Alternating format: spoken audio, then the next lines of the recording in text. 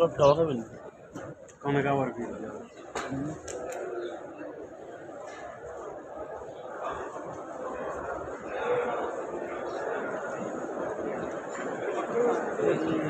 موت يعني.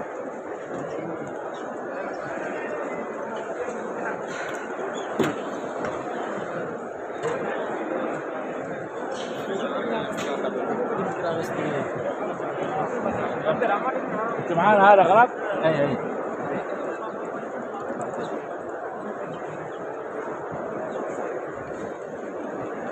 انا بعد ذلك हम गाड़ी में जाएंगे